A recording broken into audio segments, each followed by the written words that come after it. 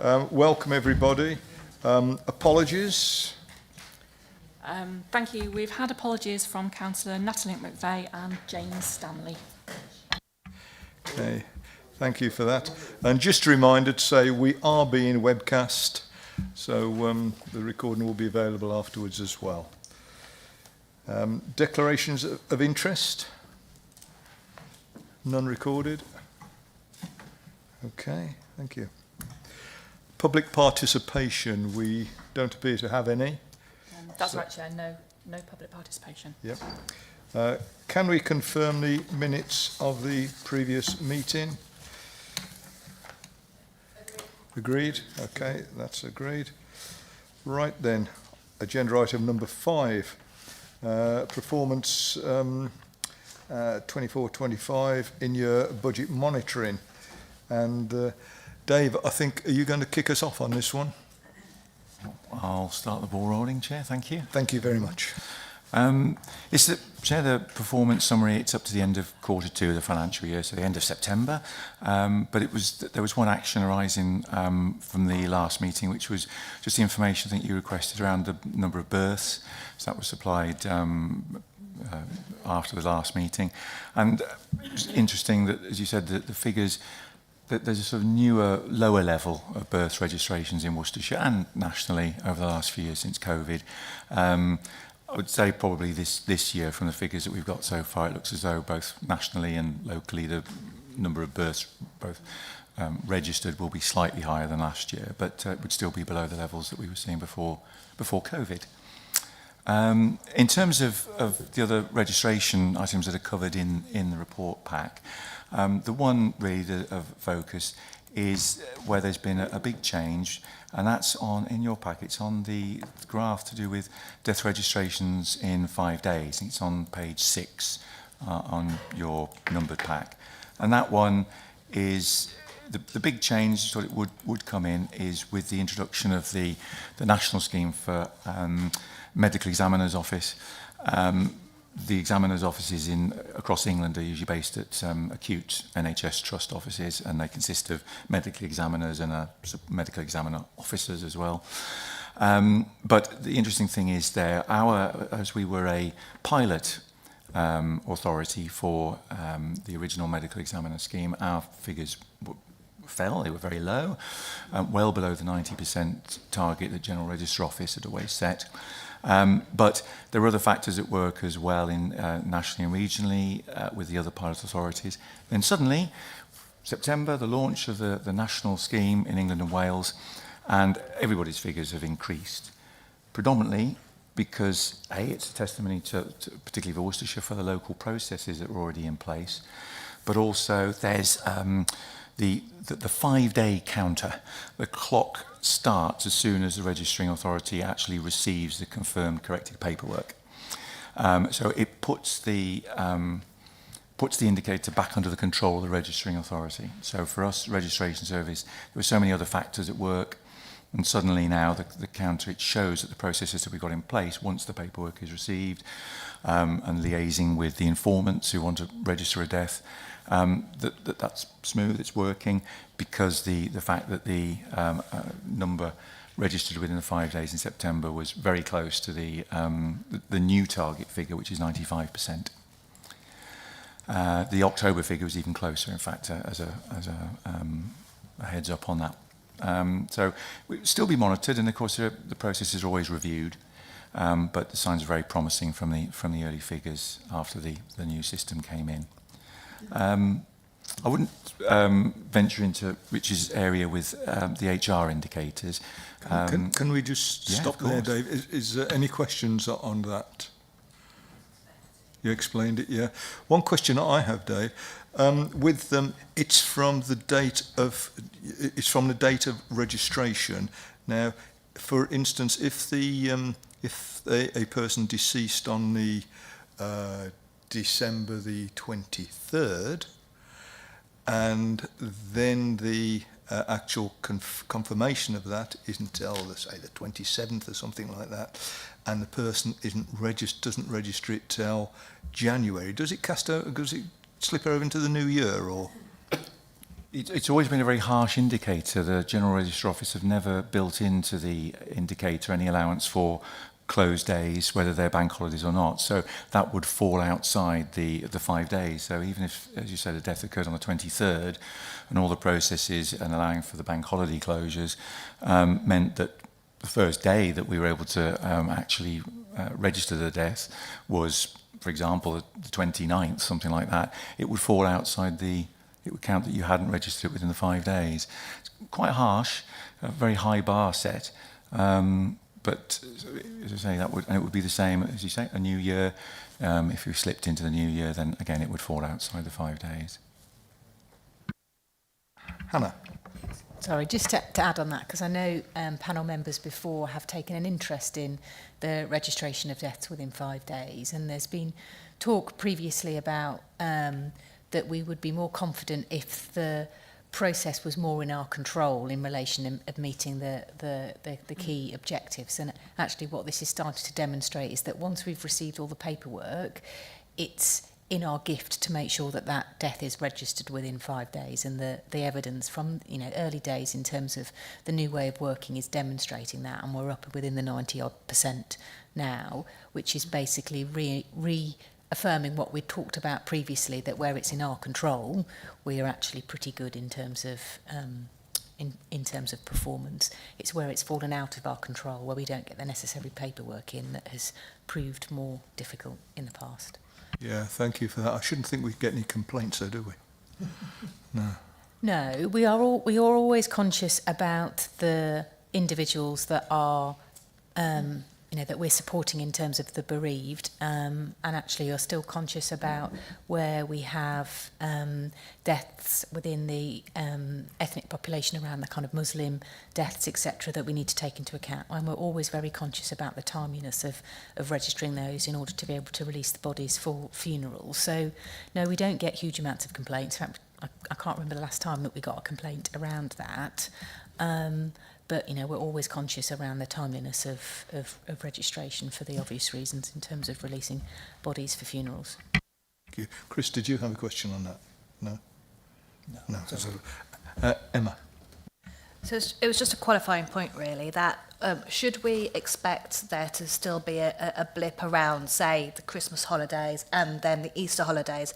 But then I also wanted to go a little bit further and say, where you've mentioned in the paperwork here about we provide advice and where bereavement services and support is on offer, how do we try and get that information out to people if, say, for example, during one of those 2 main holiday periods, they've experienced a death? It's a very hard time anyway for anyone to experience a death during those, especially the Christmas holiday, is how do we ensure we can get that help out to them even when we are closed?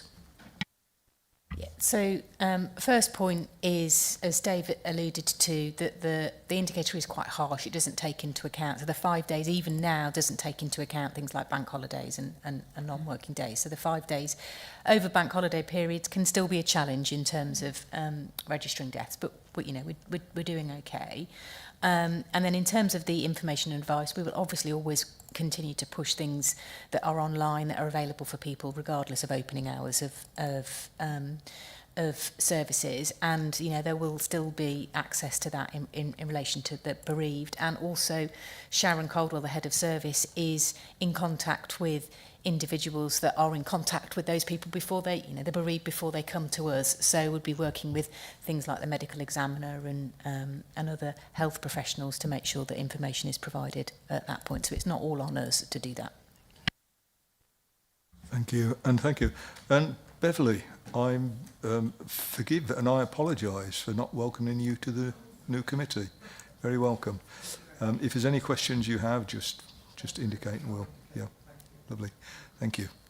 Back to I say, Chair, if I may, I'll any HR queries, is that all right, Rich, that Rich would pick up. But in terms of the ones that are badged from page 10 in the pack, which the community's heading, I won't go into all the details on libraries, except as a sort of indication, the figure we're saying about in the first half of the financial year, there were 901, nearly 902,000 visits to libraries.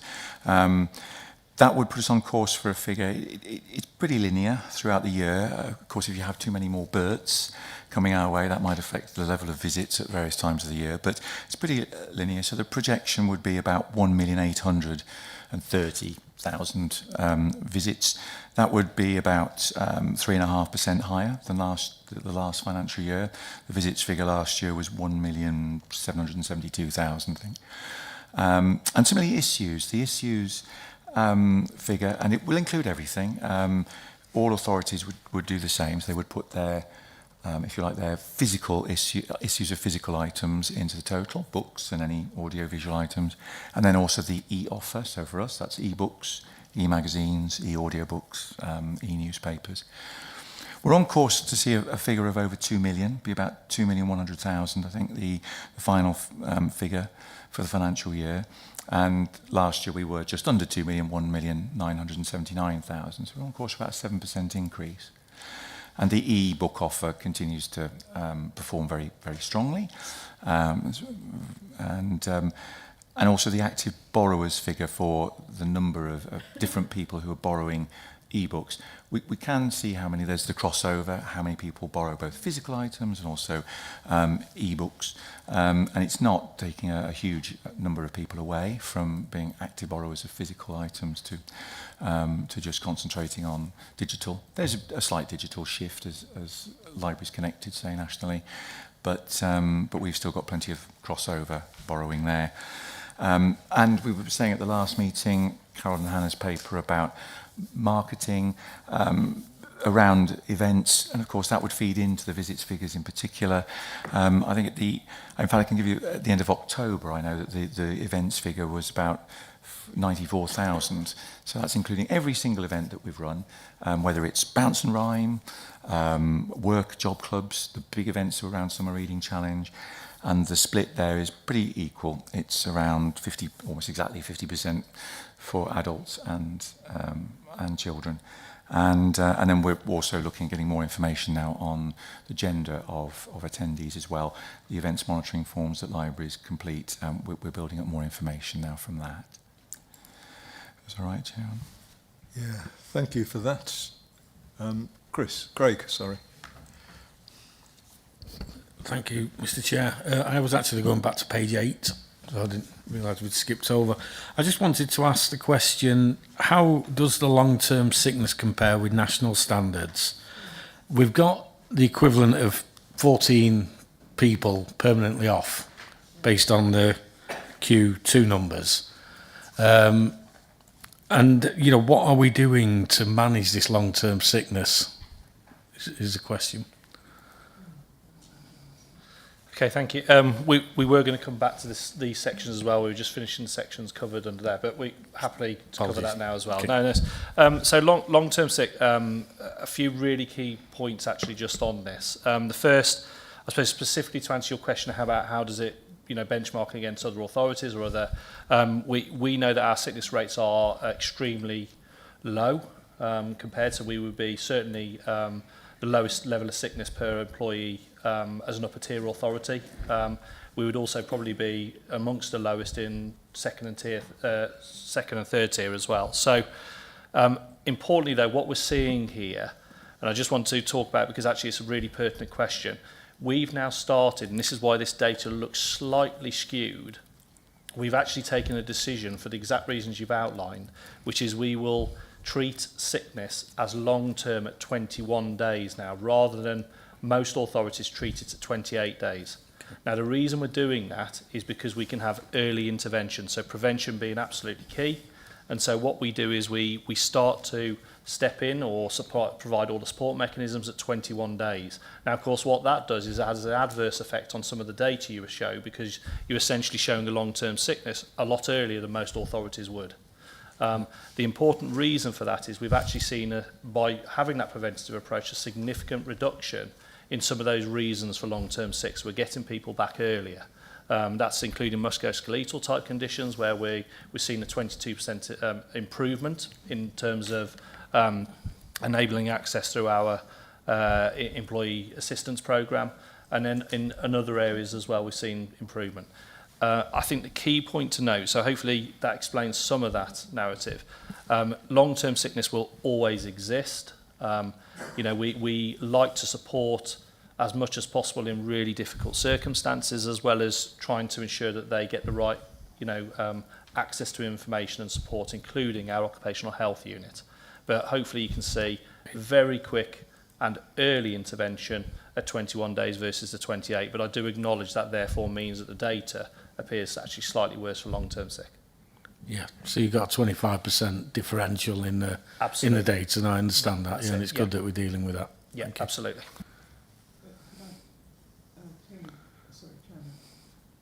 Beverly, please. Yep. I just wanted to ask a supplementary while we're on that point. It was noticeable about the direction of travel of long-term sickness and the 30% increase in the 23-24 compared to 2024 period, if I've got that correct. And very good to hear that we're in the lowest, amongst the lowest in the upper tier authorities. But I just wondered, you said we'll always have long-term sickness over, say, a period of 25 years or 20 years. How do those numbers look? I mean, are we getting sicker generally or not? So to answer, if you would looked at pure data, I mean, we can only look back probably about 5 years in and have that trend analysis, because that's when we started to really explore the detail. I would say actually it's marginally improved over that period of time. However, what we are noting, and I think that's why we've got a lot of support mechanisms that we've had to offer as an authority, is access to some areas of treatment is taking a lot longer.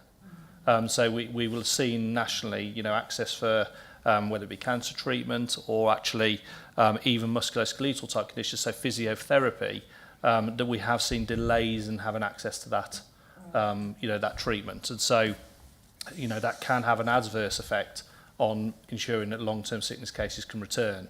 What we've done is countered that by, as I say, looking to introduce things such as our employee assistance program, which has access to physiotherapy service immediately. So we've sort of countered, if that makes sense. So overall, an improved position over the 5 years, but we have noticed certain things. And certainly, what I would say is respiratory conditions has seen a remarkable increase, and there's no doubt that's connected to long COVID. No doubt, yeah. Lovely, thank you for that. Craig, if you put your microphone out. And Mike. Thank you, Chair. Two questions, excellent questions already. So following on from those, you already mentioned about some of the kind of conditions that we see, but we don't see that in this data. I think that's part of the issue, and it would be helpful to understand through the data what is the breakdown, sort of mental versus physical, musculoskeletal, respiratory, and so on, so that we can actually see within this that what is the trend. As well, so we can see is there an increasing trend in mental health, or is there an increasing trend in physical health, respiratory, and so on, and see where those trends are going based on condition types would be helpful to know as well. We do have access to that level of data, so we could consider that as a future report. I think importantly, the top 5 reasons always tend to be the same. So if I outline the top five. They have nearly always been the same. They've just changed order. So you tend to find that musculoskeletal is always the number one because of the types of roles that we have as a local authority, often involving lifting, moving, and that has always been most prevalent. We then see really stress that can be attributable to a number of areas, can be usually the second or third. And then we start to see ear, nose and throat, and I've talked about those respiratory type conditions being the next biggest reason for sickness, and then gynecological and psychological tend to be the 4th and 5th, but it's a lot lower percentage. So it's generally those have been the top 5 concurrently when we look. Just a quick follow-up on that. When you say musculoskeletal and everything, are we talking, again, I know I'm breaking down even further, but are we talking in terms of the care space, you know, for carers and care workers who are not obviously, for the vast majority, not directly employed by the authority, or are we talking places like highways, which again we use subcontract? So I'm just trying to get an understanding of, because actually, who's lifting and what are they lifting? So really good. Yes, nice summary points that in. So actually, the number one sort of area is adult social care. It's not within our economy and infrastructure, and that's because in adult social care we do have our care assistants. So, and there's a large number of care assistants, and often those are lifting and moving, you know, some of our most vulnerable. So that's always where the highest level of absence for musculoskeletal type conditions is. Yeah. Emma.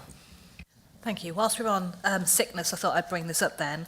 Are antibacterials still available readily everywhere? Because we are currently in the middle of flu season. I'm getting over a chest infection myself. I'm still on the antibiotics. So are we making sure that we have got antibac available everywhere still to try and help slow the flow, slow the spread?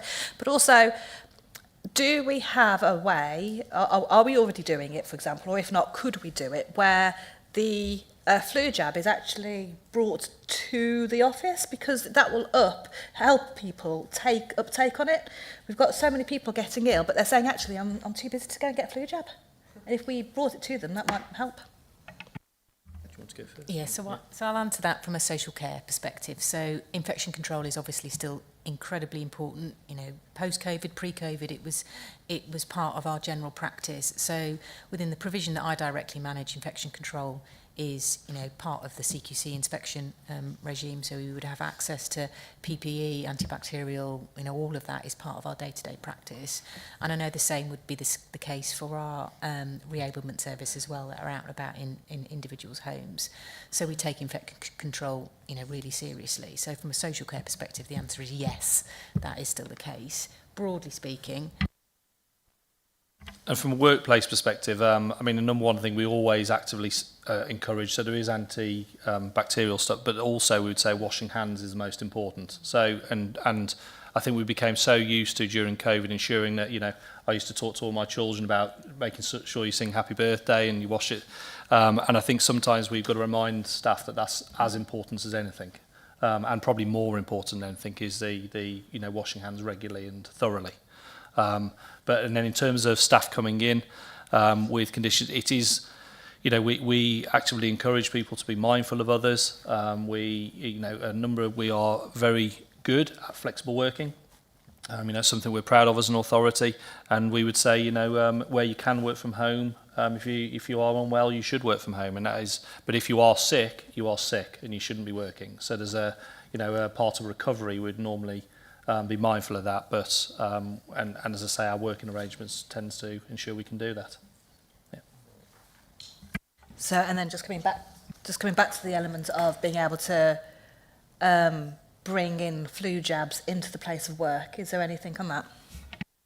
Yeah, so we're probably in our, and I will be told off for this because I should remember whether it's 3 or 4 years. So apologies. I think it's 3 years of now running our flu programme, which sees a number of providers. We've gone out and commissioned a chosen provider coming into our work premises and across the whole of Worcestershire to provide flu vaccinations, and that's what we've run this year again, and we've had a huge uptake on that.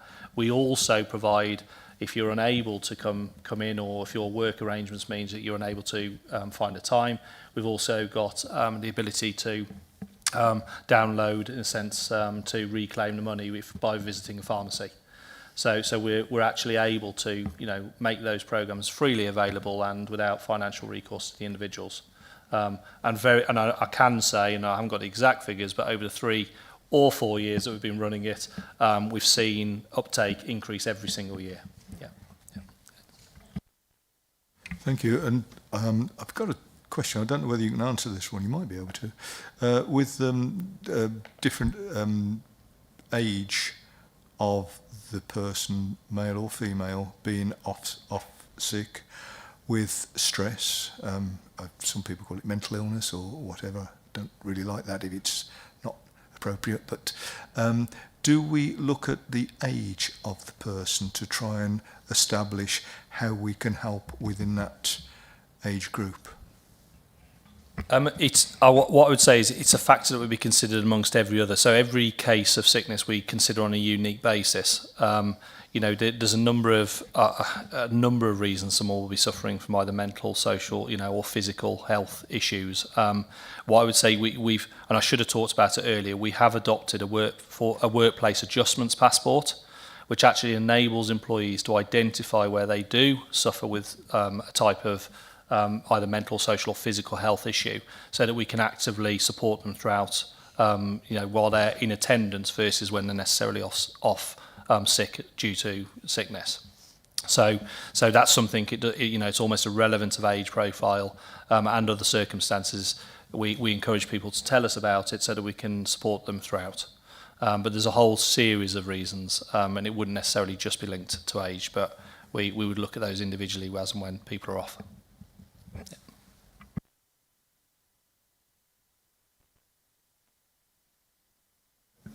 Thank you, Chair. And the last bits I just wanted to pick up, Chair, again in the communities section, there's a reference, page 13 in the pack, on the County Museum. The figures there, the first half of the financial year, had more than 11,300 visits, but it was down noticeably on last year, about 20% down on the same period last year.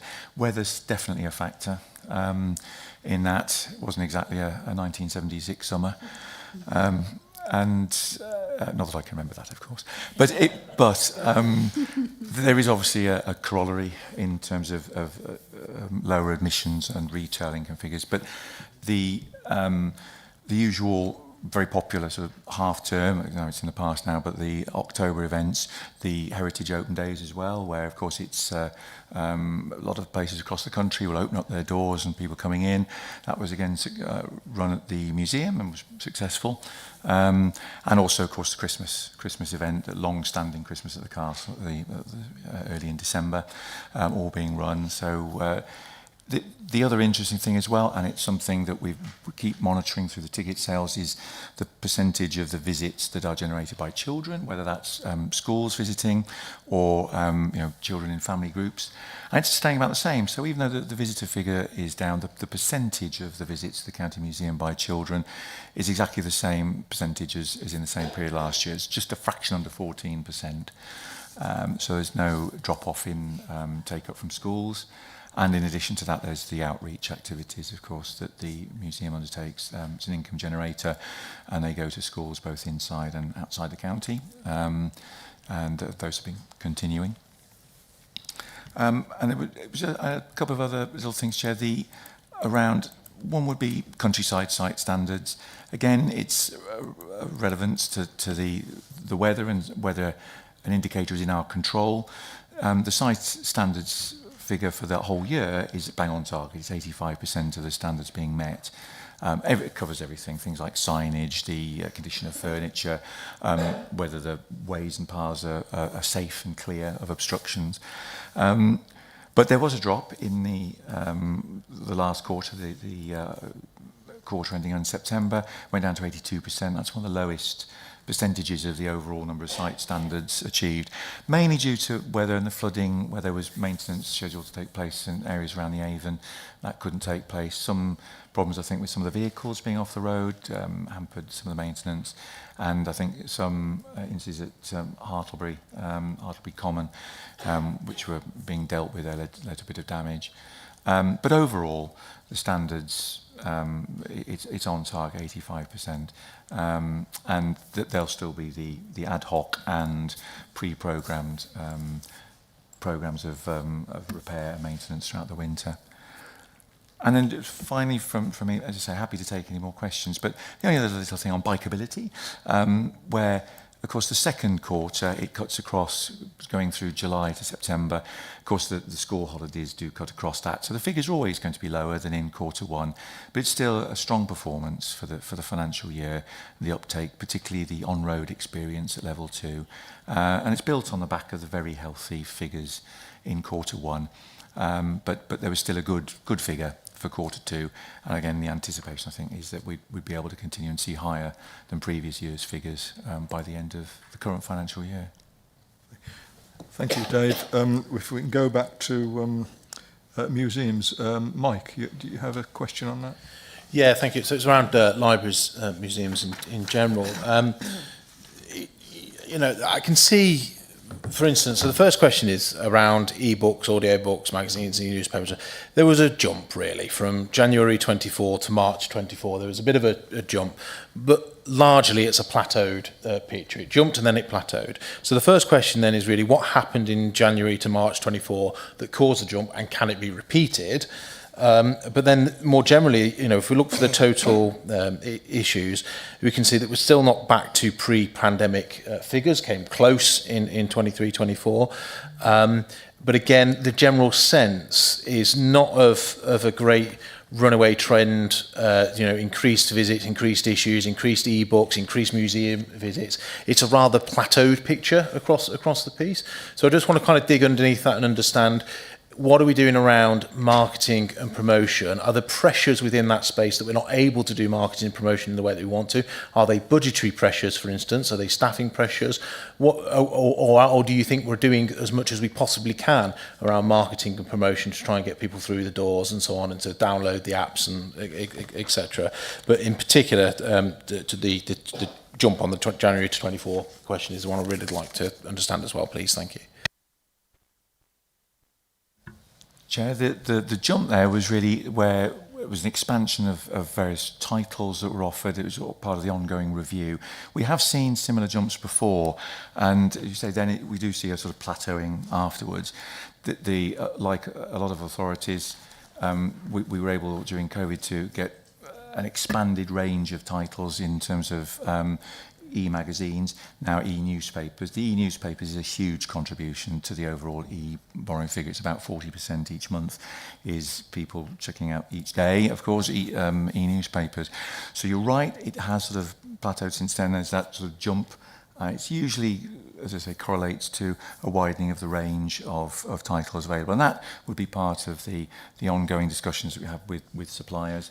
BorrowBox have long been our supplier for e-books and e-audiobooks, and we've gone through a variety. There have been some other, say, Press Reader, for example, for e-magazines.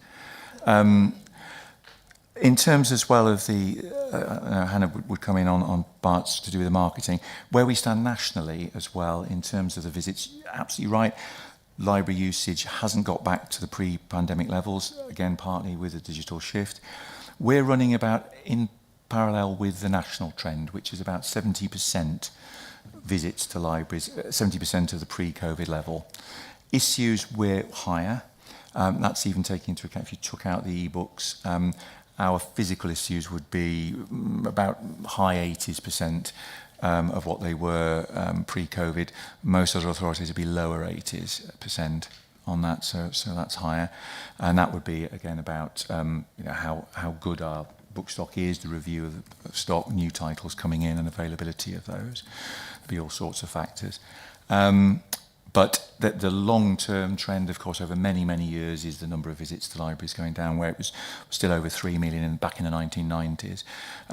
But so where we are, if we can get round the 2 million figure, I think, you know, compared with previous figures, we'll be doing well. Certainly, I think we'll be doing well compared with a lot of similar-sized authorities. Thank you for that. Beverly. Yes, thank you. I was also interested about the libraries section, and wondered if you could give us some idea of trends or how adult learning and employability sessions are performing, as my first bit of the question. And secondly, obviously Libraries Unlocked is you know, particularly interesting, and I wondered if you could give us any insights as to how that's performing generally. I mean, do people... Are we not in that section? No, whole section. Oh, whole section. Oh, sorry. Well, then we can come to that one then. Thank you. Right. Okay, we'll come back to that. Craig, a quick one.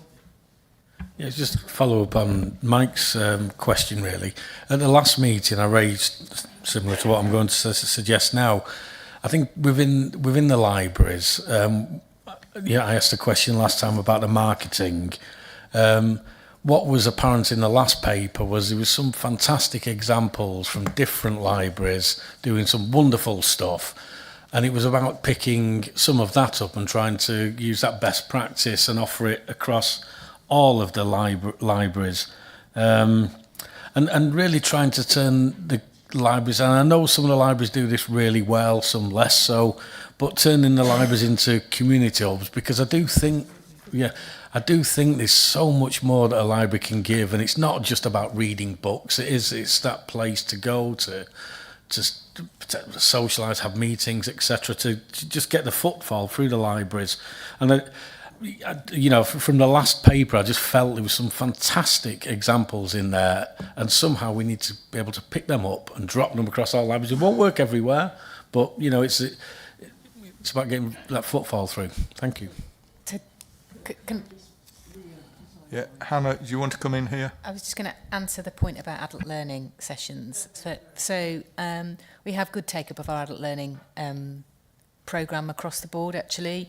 It's reliant on, we get some income from it, so people pay to come in and do, and we also get some grant funding, but generally we're performing well from an adult learning perspective.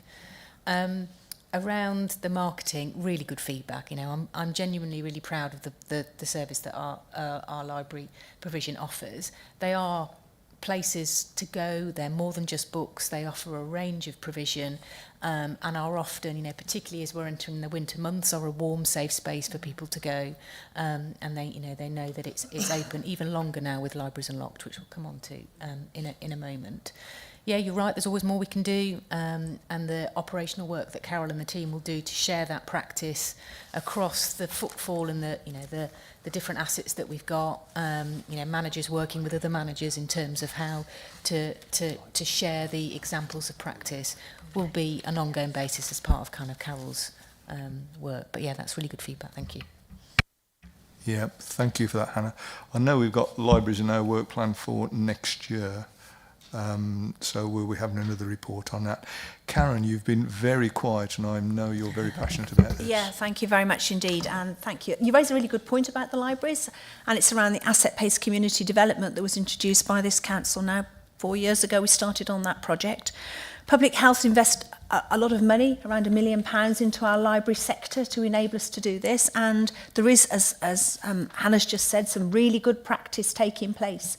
And much of that is attributed to our community champions, i.e. our county councillors, that actually enable this and get in the middle of all these situations to enable it to happen. So yes, Councillor, I absolutely agree there's more we could do, but from a starting point, if I look where we are vis-a-vis other libraries around the country, we are ahead of the curve. And I look at the MJ on a very regular basis and look how what we are doing to enable that warm space connection, as Hannah's just said. But it's well beyond that. It's your dementia care, it's your knit and natter, it's your prevention of social isolation. And at this time, with the winter fuel costs as it is, it's about that warm, safe space. Okay, so there is a lot of work going on, and we're always happy to explore. If you have an idea in your area, come forward and talk to us, please. Thank you. Thank you, Karen. Thank you very much. Okay, we will now we'll be now looking at Libraries Unlocked update and budget monitoring. I still had a question on the previous paper. Is that okay? Yes, of course it is. It wasn't on the libraries though, so I was waiting for it to kind of. We're going to have to go back slightly. It was about the lower completion of staff surveys. We had seen a really fantastic completion of staff surveys a couple of years ago. Let me go back to it. Sorry, it was because we kind of went up and down throughout the.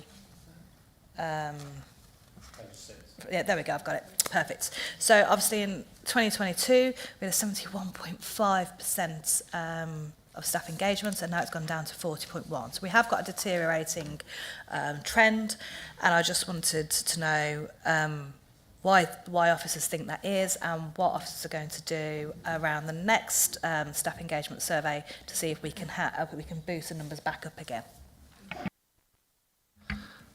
I think, and I know your voice is on the forward plan as well for us to come back.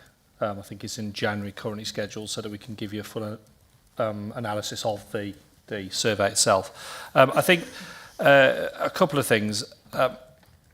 71% is where we want it to be. So I think first of all, it's important to just emphasise we I've always wanted a high outturn, and I think we'd hoped to get that again. 40% or for anything between 30 and 40% is generally the norm of what you get under sort of staff surveys or the annual surveys. So we aren't too concerned by the lower percentage, but we are now starting to think about how we re-engage, essentially to ensure that staff we increase that percentage again. I think previously, the 70% was very much on the basis of, we talked about, a mandate for change. Tell us and we'll change. Where we, this year was a sort of check-in again on where we are. So it's very much about running the annual survey to see what people thought. Now, it's probably important to say that without seeing the paper coming in January, the outputs of the survey have remained very positive. And so it's really important that we don't ignore the 40% who have responded, but we also try to continue to re-engage with those that haven't. We have spoken to a number of people around why they chose not to complete the survey. And generally it's because, the feedback we had was generally because they were quite content in terms of how things were. They didn't feel they needed to speak out either way, really. So it was almost a bit of a neutral position in terms of where we are as an authority. So I think, there is no more than sort of that as an explanation at this stage. We would encourage and hope to, in the next annual survey, receive more. The one thing we did do, by the way, because a number of authorities have moved to biannual surveys,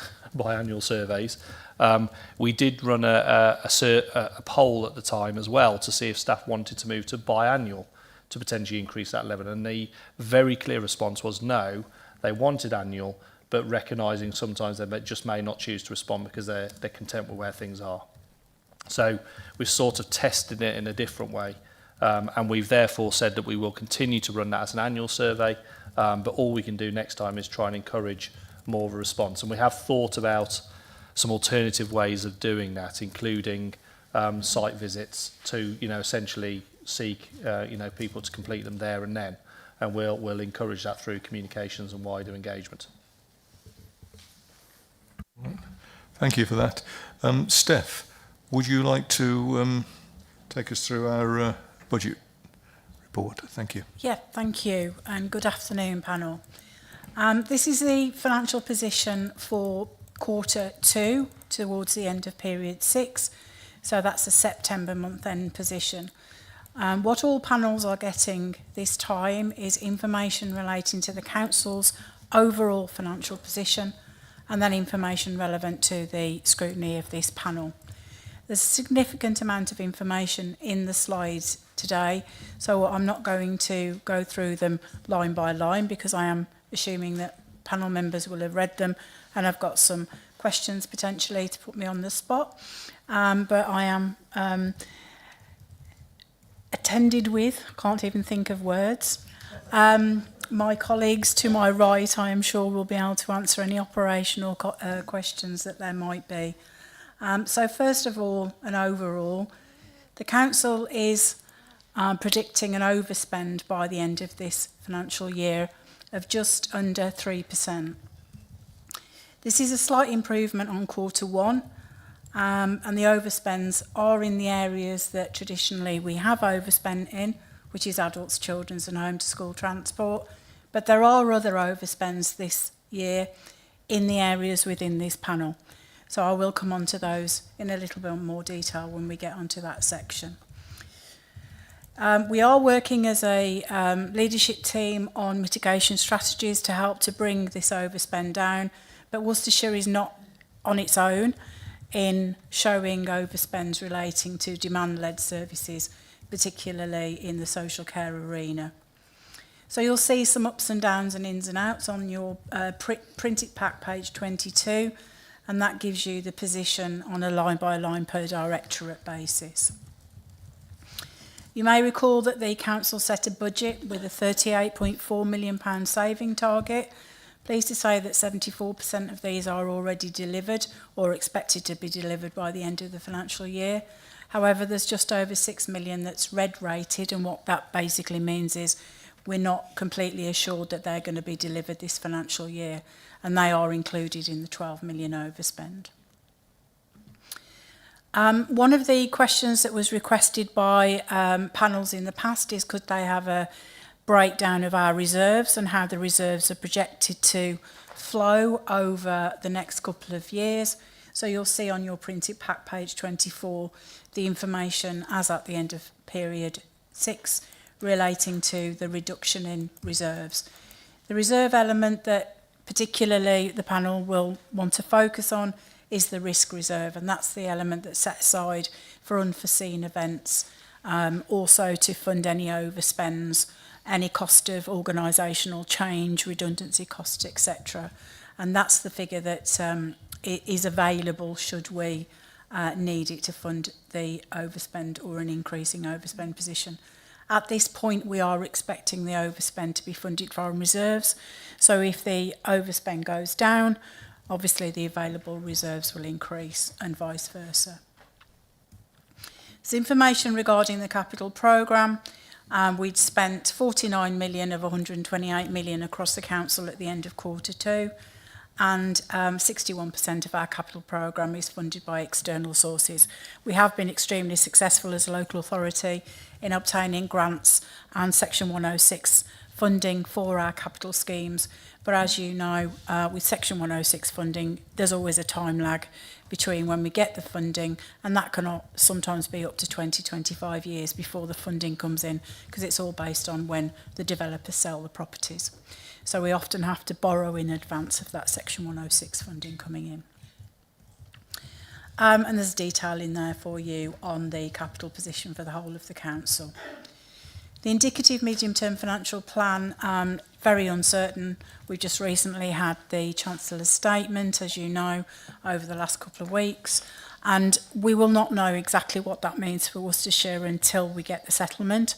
There's a policy statement due by the end of the month, which is rapidly happening, 5 days to go, but we won't know from a council to council perspective what the numbers mean for us until we get the draft settlement, which is expected on the 19th of December.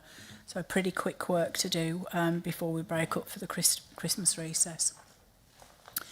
So as you know, again, repeating the same thing as I did at quarter 1, there is a gap in the medium-term financial plan for the next 2 years, and officers again are looking at ways of mitigating that gap, ready to come back to Cabinet in January and February of next calendar year. So the areas relevant to your panel then split into separate sections. On your printed page 29, you'll see the information relevant to central services. We've changed the term this time because obviously we've disbanded the coach directorate. So this used to be coach and chief execs unit. What we've just named it central services for, I couldn't think of another word to give it, to be honest. So central services it became. So this information is now across a number of directorates. Property services is now within economy and infrastructure. Obviously some areas within Richard's portfolio now includes IT, and areas within the Chief Finance Officer that was previously within Coach. So overall, the main area of overspend within central services rests with property services. And again, that is due to the tenancy income not being received in full through the moving out of County Hall into Wildwood for County Council officers, and therefore the inability to raise tenancy income in County Hall, and also for us to occupy the vacant space that we were going to look for tenants in Wildwood. We've also got a couple of overspends in the commercial services and research units, which have recently transferred into the CFO. They were previously in Coach, and they were due to staffing relating savings and vacancy management. Work is underway to close that gap by the end of the financial year, and certainly the staffing relating savings, there will be proposals to close that for the next financial year. And that's been those two areas of pressure have been partially offset by underspends in finance and HR, because we've delivered some of our 25-26 savings earlier to help the corporate position. Then going on to what we call corporate budgets, these are, for want of a better word, below the line. They're not service delivery. These are our borrowing and lending budgets, our things that affect the whole council, really. And this is where we're holding some of the savings that have yet to be allocated across directorates. So you'll see within more or less halfway down page 31, part of the red savings associated with areas of organisation review.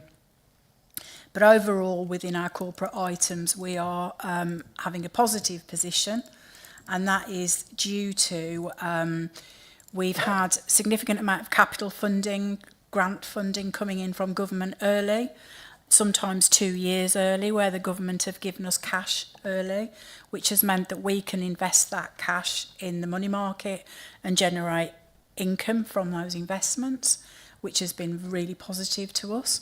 Also, we've benefited from some of our investments having higher interest rates, and we haven't had to do as much long-term borrowing as we expected to do for that particular reason.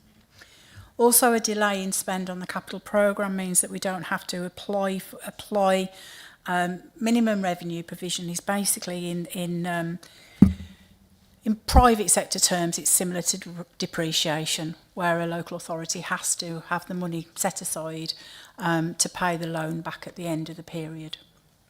So it's similar to a depreciation provision. And then finally, last but no means least, our community services colleagues. They've got a very small overspend this year, really based on all the areas of Hannah's world. There's a lot of pressures within that service through income generation, etc. And it's been managed extremely well. And the only real overspend in Hannah's area is due to the corporate vacancy management target, which is 6.5% across the whole of the council. So if we don't lose staff, have vacancies, you're never going to make the saving target. So that's the only area of pressure really within community services. So that's just a bit of a canter through the position, but as always, Chairman, I'm more than happy. Thank you for that, Steph. I do have a question on our tenant farmers and that. I know from, you might not like this one, I know from looking at my own division that when I've asked the question, why isn't that field being used? They said, well, we're not allowed to use that field because that field's going to be for planting field tree projects. But the field's been dormant for 3 years. And you think, well, if that dormant, well, what would you have paid rent for that field over there? Well, it's only 2,000 a year, but it's a little amount, 6,000. But it seems to be when we're trying to grab every penny in. And I'm just wondering, is that situation magnified over the sort of area? Thank you very much, Chairman. May I suggest, if you've got specifics around this, as the Cabinet member covering this area isn't here today, we take those away offline and address them. Thank you, Karen, for that. It was just that yeah, I'll take that one away. Emma, you had a question on budget as well. Yeah, thank you. It was about the breakdown between the 1.3 million overspend, which was let me find it so I can read it out. So it was 1.3 million on property services due to the loss of tenancy income and consultancy costs. Could we have a breakdown between those two? How much was it of the actual tenancy income and how much of that was consultancy costs? The majority of it is tenancy income. I think from the top of my head, around 200,000 is consultancy, and that consultancy is now ended. And the rest is due to loss of income, with approximately 50-50 across County Hall and Wildwood. So what we had was a consultant that we employed we couldn't recruit to the head of commercial and corporate landlord. We were having problems, and it's still vacant, to be honest. It's been dealt with on a honorarium basis at the moment, so the permanent post is vacant.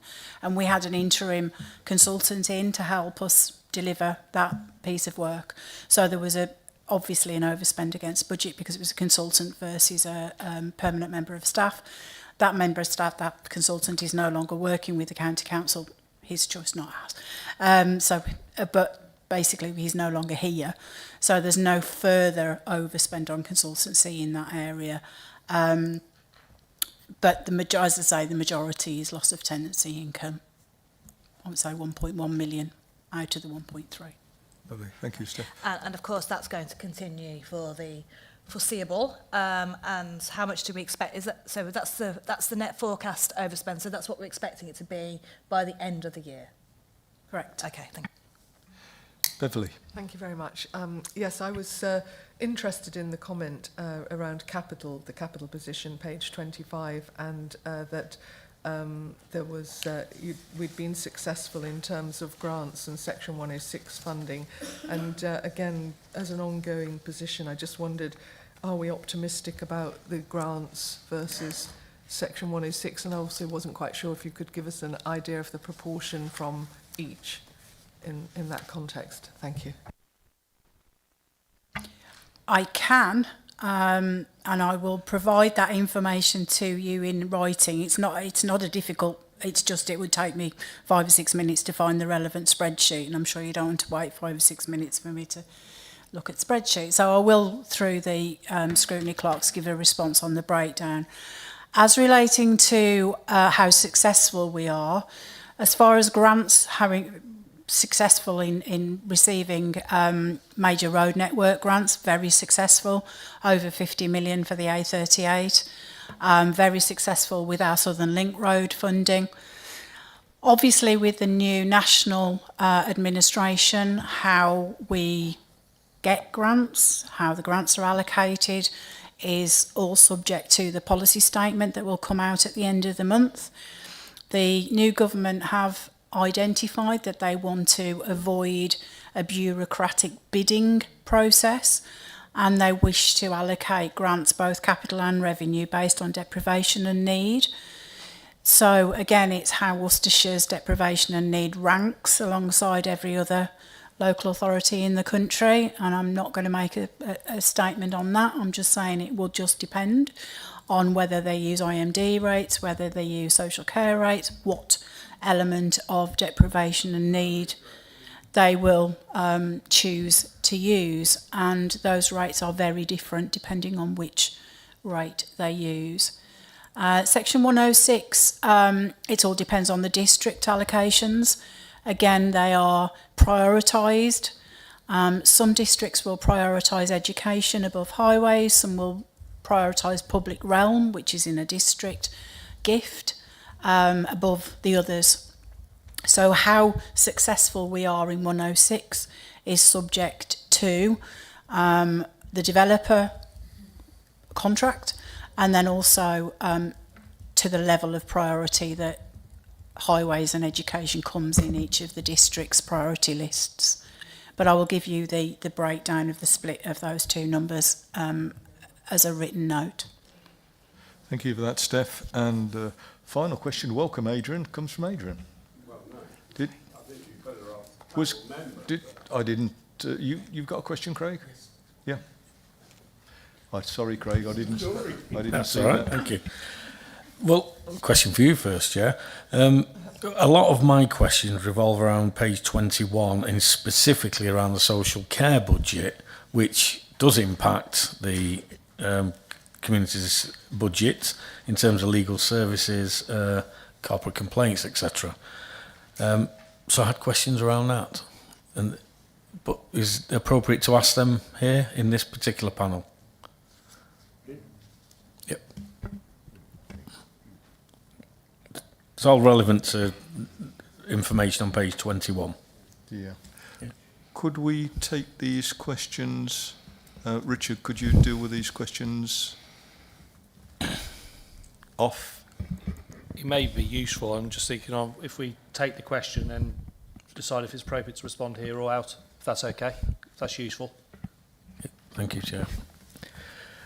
Yeah, I mean, I do have major concerns, I think, as everybody in this room will have, about the adult and child social care budgets. They are becoming like the NHS and just a relentless black hole, and it's not going to get any better. We all have the evidence of in real terms from from cases that we deal with personally as councillors, and we all know of the ad hoc ones where there's 100,000, 150,000 going into one individual. So one question is, what are we doing, and what are the directors working on to reduce these very, very large costs?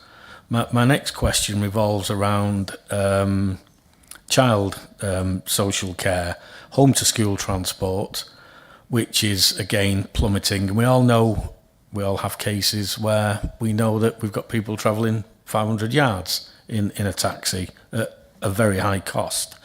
And secondly, I've got a case, and Councillor Marshall has visited the same case with me, where we're paying £30,000 for a child to attend school 14% of the time. Now we're going to put them down a path of private tuition. This child probably just doesn't want to go to school.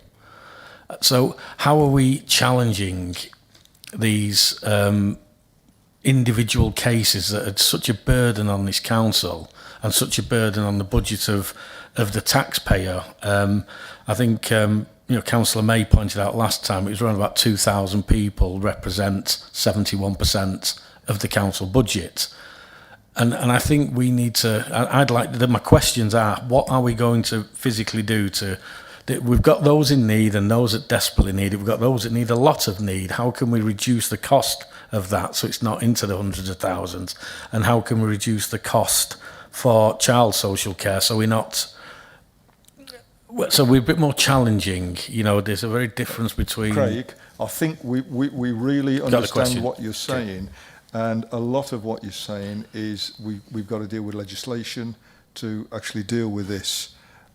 So I think, do you want to answer some of this, Anna, or would you like it? I would be doing my adults and children's colleagues a disservice by answering that in any level of detail.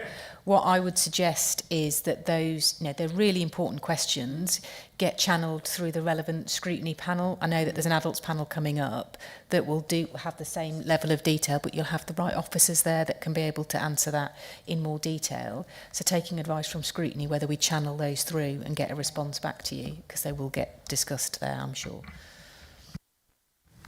Yes, thank you very much. And just for clarification, on the current budget, we spend around 72.5% of the budget on 2.5% of the population. And prevention, when we sit down and we have cabinet meetings and beyond, is very much on the table, looking at how we can prevent people coming into the system, because we want the best outcomes for our residents. So as Hannah's just pointed out, I think they're very important questions you're asking, but I think they need to go through the relevant panels. But I just wanted to clarify those positions. Thank you very much, Councillor. Just one final question relevant to the panel. So what is the cost of the legal services element of this budget that is spent on defending cases within social care? Again, I'll get the specific response in writing. I don't know. I know that I have the number.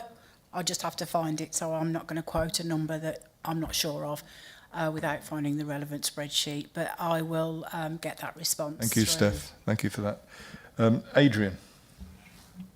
Chairman, I'm worried that these are not going to be particularly relevant, but they are in the slide pack. If you go to the corporate, the council Q2 forecast on page 4, I'm just slightly puzzled, Steph, as to how you're treating the WCF contract. Because in line 2, you say that the variance is only 97,000. But then we have another line at the bottom which says the WCF company position is 7.6 million, 5.5%. But then if I move on to the savings programme, it would suggest to me that because of the way that they have delivered a fair chunk of savings, it's absolutely true, that you're expecting their position to worsen to the tune of some nearly £4 million. Am I reading this right? I mean, it's like, because they are back in house as of the 30th of September. But I'm going to just keep going, Chairman, if it's all right. Can I answer that one first, Adrian, before Yeah, I go on then. get the answer? So just coming back to you, I would never say you were reading anything wrong.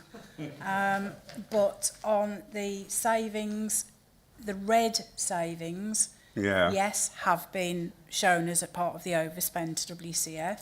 And you're absolutely right, the 3 million could get worse if they don't deliver the amber. That's absolutely true.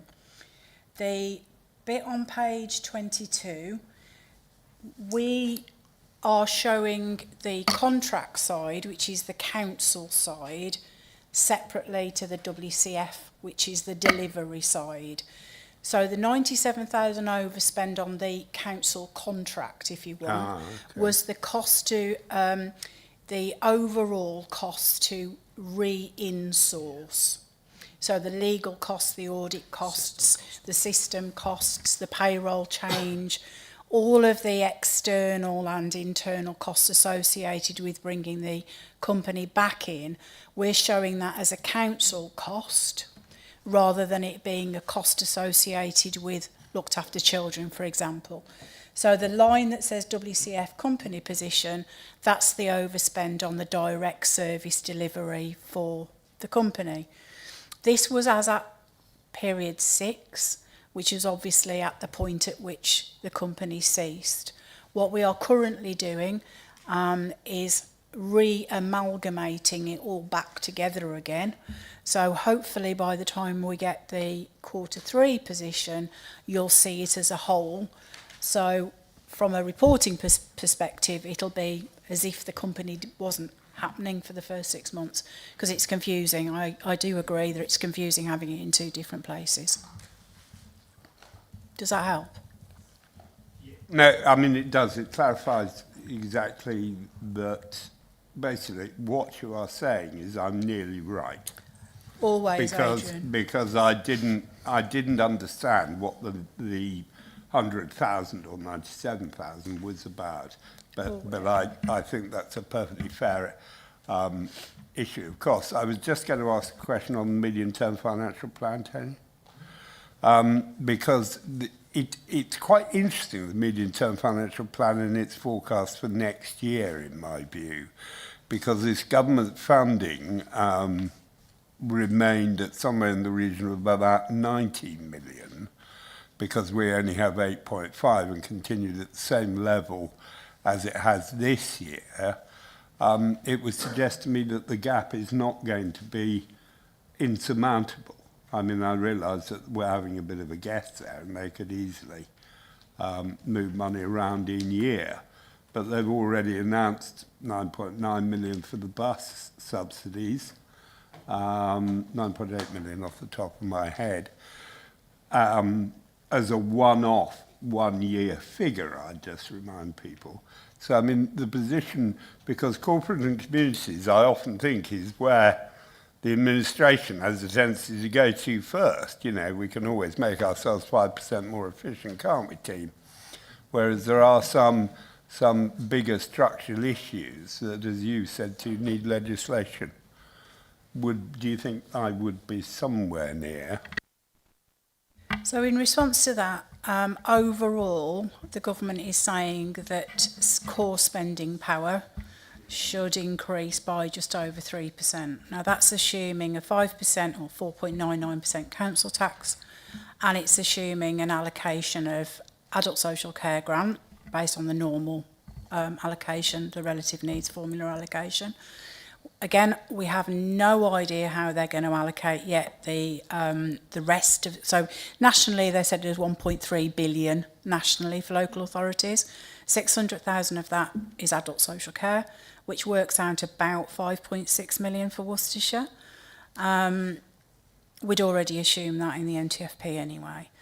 The 700 million, no idea how they're going to allocate that, to be honest. Most of what the government have announced, we'd already assumed. We'd already assumed the council tax at the full 4.99%. What we're unsure about at this moment in time is the funding of the national insurance contributions. We've also got the demand coming in through the national minimum wage, which is way in excess of the 3%, notwithstanding the issues relating to inflation, normal contract inflation. So as we stand at the moment, taking away the issue on provider services, particularly national insurance, the current estimation based on what we know from so far from the government is not changing those assumptions significantly. But the issues relating to national minimum wage and national insurance reductions is going to be a big issue relating to our providers. So, I mean, what that means then, Steph, is that in corporate and communities, anything that we have outsourced, you will see a considerable pressure on their budget, because such as legal advice that we buy in, because of the rise in national insurance contributions. It will depend on the contracts, individual contracts, because some of our contracts will be based on RPI, some of the contracts will be based on CPI, so some contracts have got zero inflation in them, some of the public health ones particularly. So again, we have a commercial team that negotiates.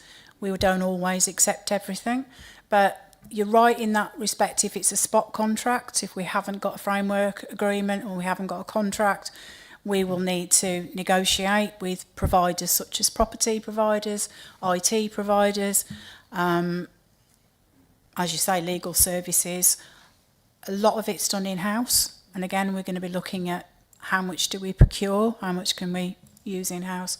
So yes, there will be challenges for all markets, but particularly for communities and corporate services.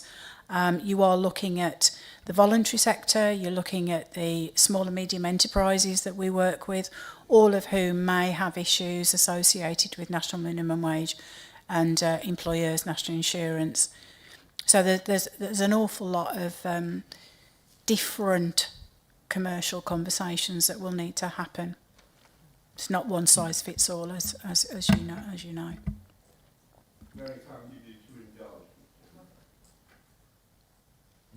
Thank you. Thank you for that, Steph. Lovely. Right. I think thank you very much for your input on that. Now we'd like to agenda item number 6, Libraries Unlocked. Hannah, you're back on the podium. I'm just going to wait for colleagues to leave, and then Carol Brown, the head of service, will join me. Thank you very much.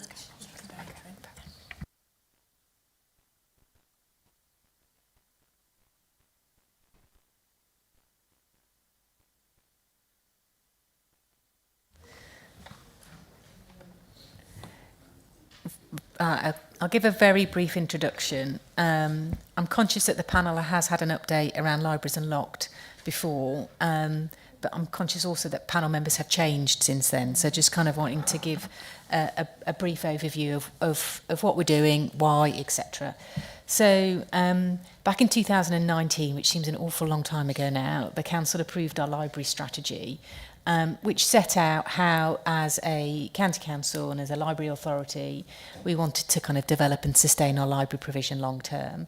And part of that library strategy was the introduction of open library, or Libraries Unlocked technology, as we refer to it in Worcestershire. It's basically bringing in technology into our libraries that allow our customers, our library users, to use libraries when there are no staff there. So it creates a door that people can swipe and access in, the CCT footage that is kind of, and cameras that are put up around, and it also kind of builds on all of the other self-service technology that we've introduced in libraries over the course of the year. We are able to increase opening hours as a result, and we're also able to reduce some of the staffing levels, which has contributed towards making savings in terms of the bottom line. The approvals that we've got so far are we're able to roll out Libraries Unlocked across our portfolio of libraries, and we have 21 libraries in total, 2 libraries, Library Link, which is a small space in a village hall. We're able to introduce the Libraries Unlocked technology where it makes a good return on investment. So there is a capital investment that's required in order to introduce that technology, and we're obviously making savings as a revenue basis in terms of reducing staffing. So we're introducing the Libraries Unlocked technology where there's a good return on investment. So I think broadly speaking, I was going to say less than 5 years in terms of that. And we're also applying the reduction of staffing levels in accordance to library need. So as part of our library strategy, we have done a needs assessment and we rank our libraries in accordance to need. And so we're looking at sustaining, in crude speaking, greater staffing levels in libraries that are more needed than those that aren't. That's the kind of broad brush. So we have done a phase 1. We've just completed phase 2, and I'll pass over to Carol to give an overview of how we've gone, and we're just about to go into phase 3 implementation-wise. And I think phase 3 will be the final phase, actually, because we're getting to the point where we're not going to pursue it across any other libraries. So that's a kind of broad brush context in terms of what we're proposing to do, what we've got approvals for, etc., and where it sits as part of our library strategy. And then I'll pass over to the person that knows all the answers to lead us through. Thanks. That's dangerous. I'll just highlight some of the key features from the report. Following the success of our first phase of Libraries Unlocked at Droitwich and Stourport libraries, a further 12 locations were identified for phase 2, and 7 of those 12 have now gone live at Evesham, Pershore, Bromsgrove, Rubery, Kidderminster, St John's and Malvern. The second phase of Libraries Unlocked required just over 370,000 capital investment and delivered around 172,000 of staff savings. Whilst we ended up deleting the equivalent of 8 full-time equivalent frontline library posts, staff redundancies were avoided because we held vacant posts prior to the project. So no staff were made redundant, and we achieved that also at Droitwich and Stourport. So that is something that we do as a matter of course now in libraries, that when we know that transformation is coming, that we hold staff vacancies so that we can avoid redundancies. Early indications are, as in Droitwich and Stourport, that Libraries Unlocked is being well received at the new locations. And at the last count at the end of October, almost 8,000 of our customers had signed up to Libraries Unlocked membership. And we'd hosted already over 850 hours of community activity during those Libraries Unlocked opening hours. As in phase 1, this was a surprise to me, but Libraries Unlocked is most popular with older age groups, but also with younger working age people in the 35 to 44 age group. In terms of the impact that Libraries Unlocked has on take-up of library services in general, learning from other authorities leads us to expect an initial dip in overall library visits following go live, which then recovers and subsequently increases after a year to 2 years, depending on circumstances. The libraries that have gone live in phase 2, we've had an average reduction in overall visits of 2% across those 7 locations, which is consistent with our general trend. But our experience at Droitwich and Stourport, as well as the learning we've taken from other authorities, would lead us to expect that within 12 to 18 months, the new locations will have recovered and exceeded previous visitor levels. So we remain I'm going to remain optimistic that will be the case. However, with the help of Dave here, we do monitor those figures closely on a monthly basis. One of the new security features that we've introduced recently is that the council security team began monitoring Libraries Unlocked cameras in January 24, and this has strengthened the reporting of any behaviour incidents. So we do have a very low level of behaviour incidents during Libraries Unlocked. About 9 in total across the 9 locations in 2024. Most of these are followed up and resolved quite successfully just through a conversation with staff, but we work in partnership with local community support officers where appropriate, and they help us, certainly when there are incidents that involve young people. We've recently carried out a survey of Libraries Unlocked customers. We carried out one about 6 months after our Phase 1 libraries, and we've done the same with Phase 2 libraries. We've included all Libraries Unlocked customers across all 9 sites in that survey, and we received just under 1,900 responses. So those responses have highlighted the benefits of the service to customers, and I've shared some comments in the appendix to provide a flavour of the sort of benefits that customers derive from Libraries Unlocked, which, as well as including greater flexibility and convenience, also highlights the value of having a quiet environment at times and very much that warm community space and an available venue for work and study. We also asked for them to identify areas of improvement. So over the following weeks, we'll be making improvements highlighted from the survey, which includes considering extending Libraries Unlocked opening hours, because that was one of the main improvements that was asked for. Also strengthening our induction process so that it's clear to customers how to use entry control and how to deal with any tailgating that happens.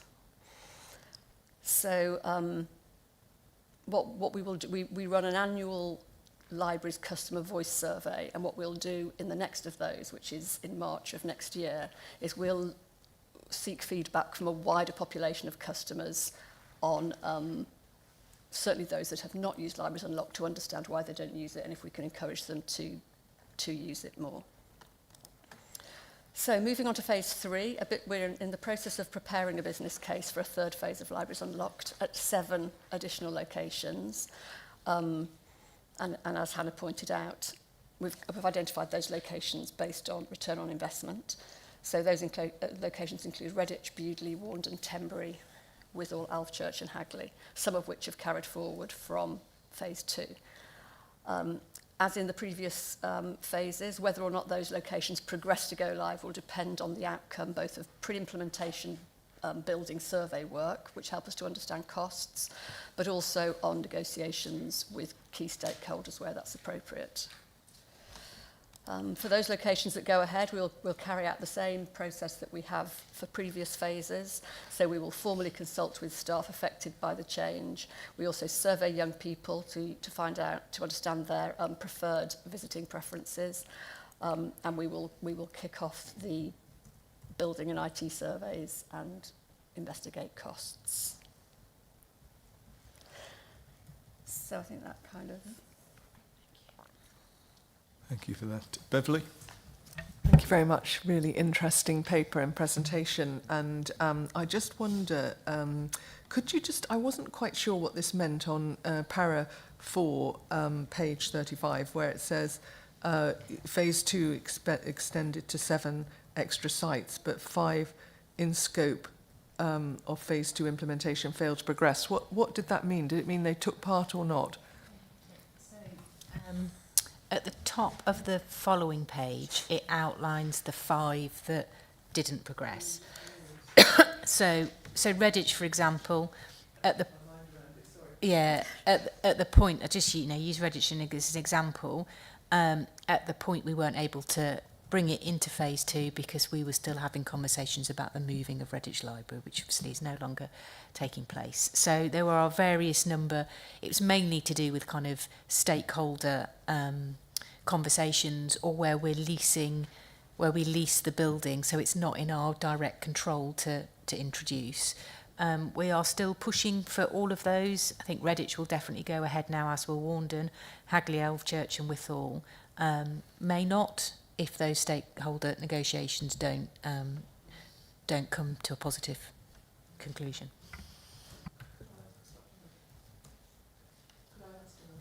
Thank you. Just could I also clarify on the 172,000 and a half thousand net savings, and when Phase 3 goes ahead, I think it was 109,000 savings. Are they one-off savings or are they annual savings?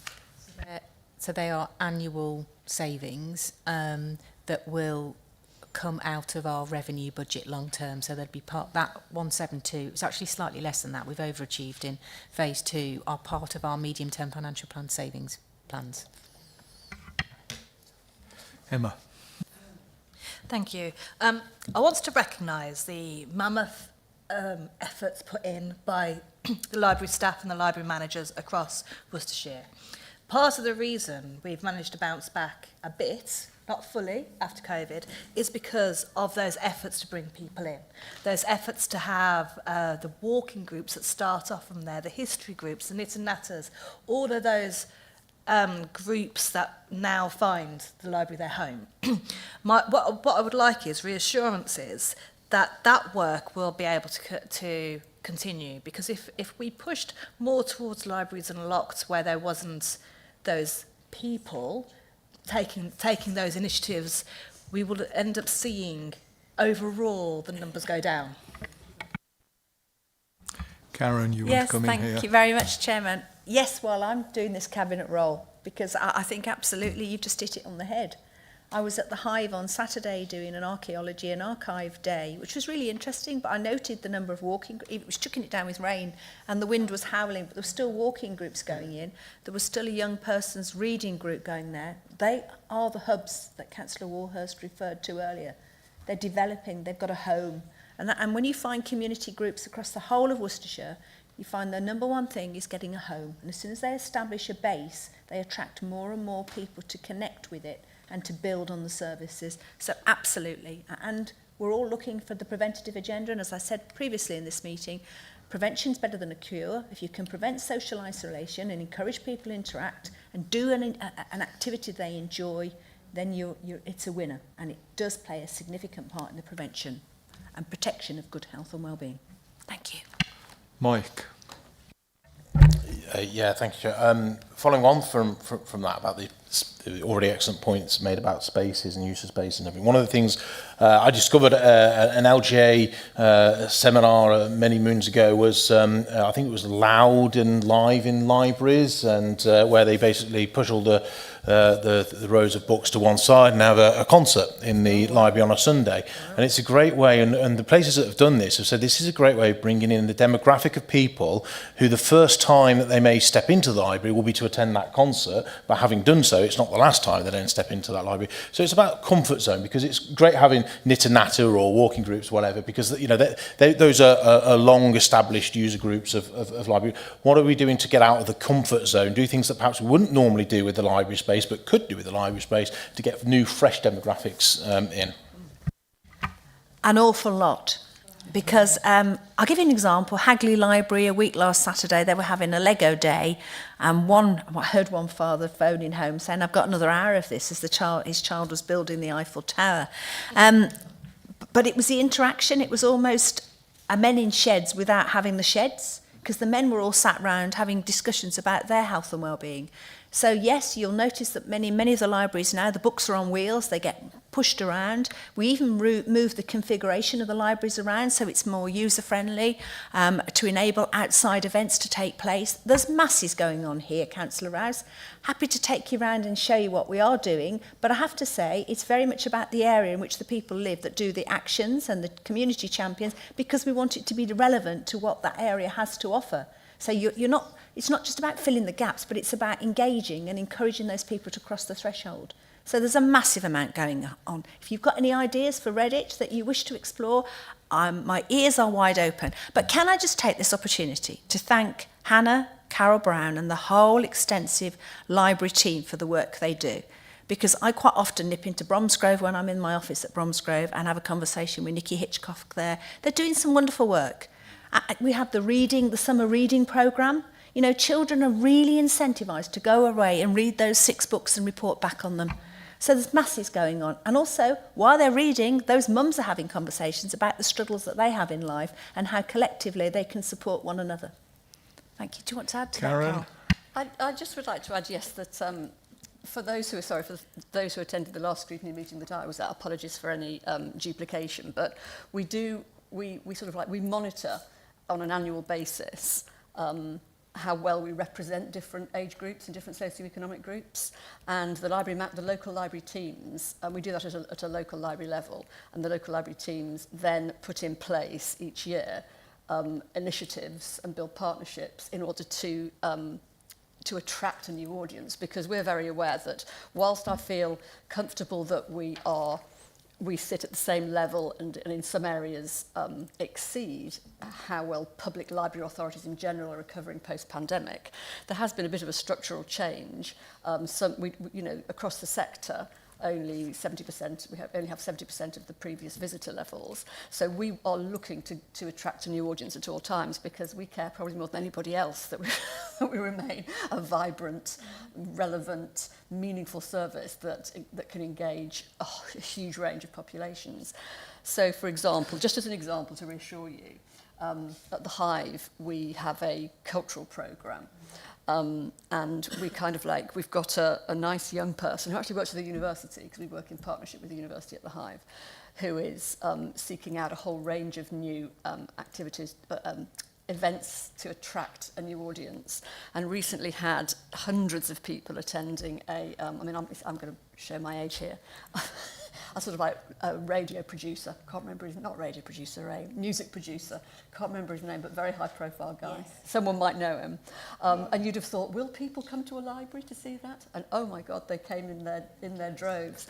So that's, and we take the Hive as our kind of like, we can try things out at the Hive.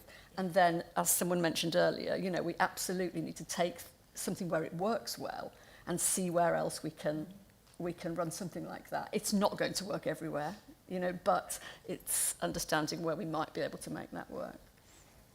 Thank you, Carol. That was probably Muff Murphy.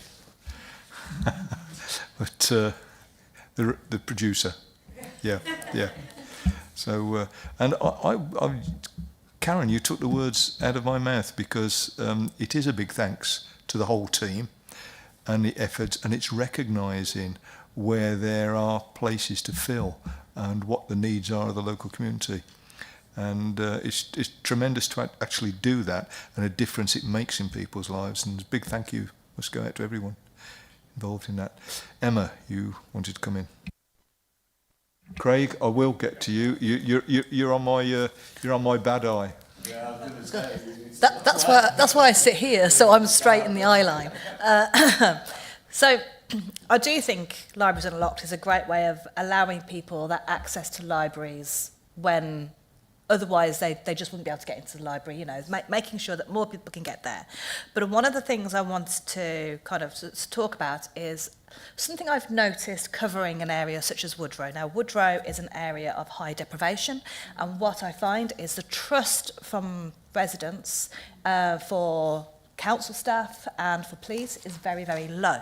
However, they trust a librarian. And actually, when we are trying to disseminate information out to people, we forget, I think, how much people trust a librarian, because they're not a council officer as such.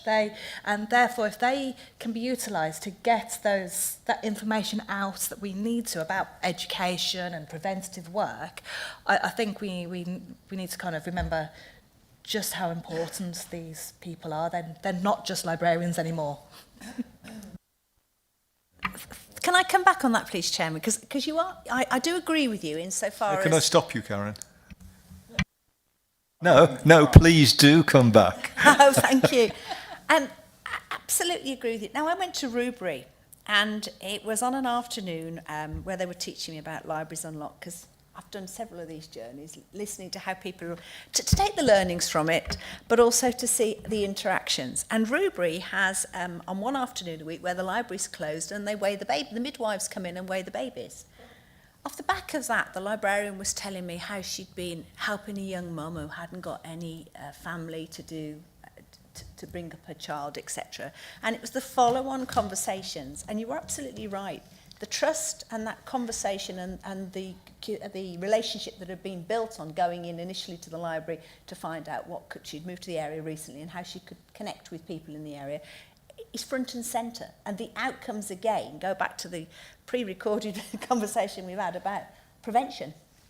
Because wraparound is really important. No man is an island, and you need to know where your life is, how you're relevant to the way you live, but also where the services are and how you can gain support. So I absolutely agree with you, Emma. And I've got to say, in terms of Rubery's Libraries Unlocked, I've never seen that the librarians there were raving about it, absolutely raving about it, saying it's the best thing we've ever done. In Bromsgrove, when I went and spoke to the head librarian there, Nikki, she said the same. She was talking about Droitwich, how many people now go in at the weekend, particularly on a Saturday, and access the books. The numbers are well up on Droitwich on a Saturday, aren't they, Carol? So it is important, but I think it's important we have the staff in the buildings at the times when we've got an increase in footfall or an increase in need to make a connection with that trusted person. Yeah. And I know Carol and her team do a really good, thorough piece of analysis on that. Thank you. Do you want to take over? Yeah, so I'm going to say some kind of from an operational perspective. So absolutely our staff are our biggest asset. They're also our biggest cost. And so we have to find the balance between how we make sure that we are using staff as our they're like massively important, but also rising to the challenge that we've got in terms of our financial situation. And I think we're doing a pretty good job of striking that balance. You know, our library staff, to just give a really practical example of something recent, for the new on-demand bus service that's come into play in certain parts of the county, we've got our library staff trained in supporting people of how to book onto that. So if somebody can't access an online, they can go into a library and ask one of our customer advisors to support them in terms of how to go out booking a slot on an on-demand bus service. So we're constantly keeping our eye out, and you know, these are the conversations that I'm having at AD level around how can libraries support other initiatives and other programmes that we're running across the council and with broader partners. Something that's coming along line, which sits in another part of my service area, is the online self-assessment for adult social care. Bearing in mind that every library has public computer network points, we will be training our library staff in supporting individuals to do an online self-assessment when that launches in the new year, so people can go in and get supported help to do that. So they wouldn't be able to do that if we didn't have the staff in place. So it's about how we find that balance, and I think we're doing a pretty good job at the moment of that. That's just my operational. Thank you, Hannah. Craig. Thank you, Tony. I wrote these a while back, but I was going to say we should first stop and celebrate the success that has been delivered from the library, you know, from the library teams, from the officers today. And you know, you have to look at page 41 and beyond for the case studies to see some of the huge success that's been delivered. So I think it's brilliant. All of the words we've talked about, groups and the ideas that have come up are fantastic. I just wanted to ask one question based on page 36 and being sort of quite numbers driven. It's clear that next 10 to 20 years we're going to lose 45% of the library users. That's the 65 plus age group, which will go, and it's not being replaced by the 15 to 18 year olds at 2.7% or the 19 24 year olds at 3.7%. So to me, that screams we really have to target the youth, change the way that we're doing things so that we get, as a child, and probably anyone of my sort of age, which is probably pretty much everybody here, we used the library a lot more as kids. It was part of where we went, read, studied, did some homework, etc. What all of the things that have been talked about today are enabling teenagers and beyond to do that. I think we've got to change the way that we target that demographic to get that message out there, because it's clearly not getting out there because we've got such a low percentage. And once you've lost them, it's going to be hard to get them in.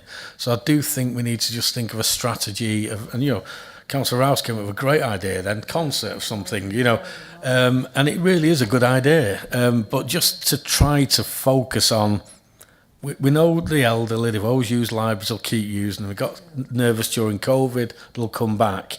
But eventually they pass away, and we've got to have that footfall coming through. So brilliant piece of work, fantastic initiatives. Really genuinely think we're doing some great stuff in the libraries, but let's not lose sight of getting that sort of under 30s getting into the library now, because if we lose them, we'll lose libraries. And kind of to reassure you on that front, really, I mean, the figures that you're looking at, those are the figures of libraries unlocked visitors, not library visitors in general. So we do, the piece of work that I referred to previously, where we look at the representation of the library population against the local population, that highlights where we are underrepresenting younger people. So we are following that up on a library by library basis, because of course it's different in each location, and it isn't an area where we are, surprisingly, it isn't an area where we're very underrepresented in terms of the local population. However, some of the initiatives that we have introduced, including we have to work with young people to understand what they can get out of a library. I mean, you know, it's not a hugely cool place to come and spend time, despite the music producer.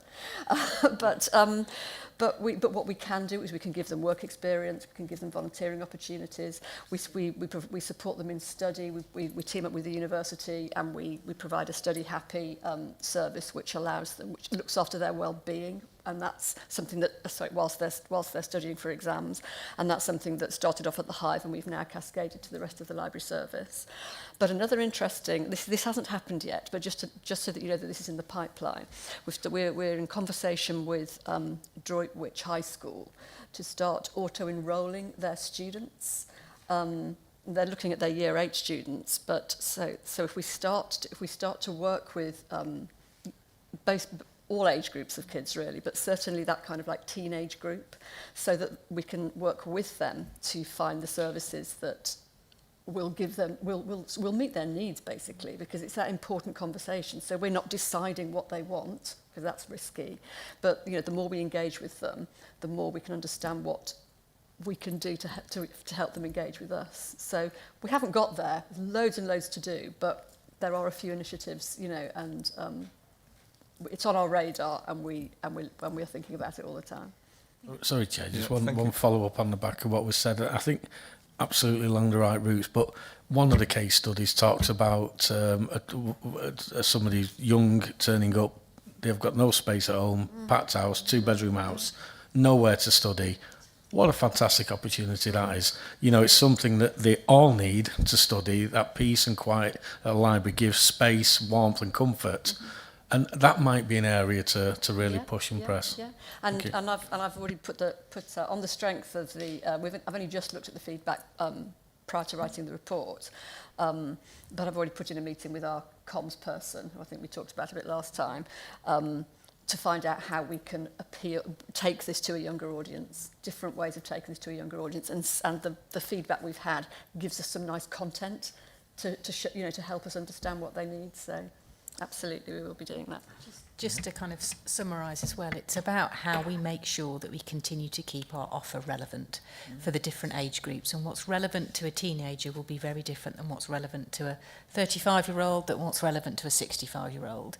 And it's important that we continue to get feedback.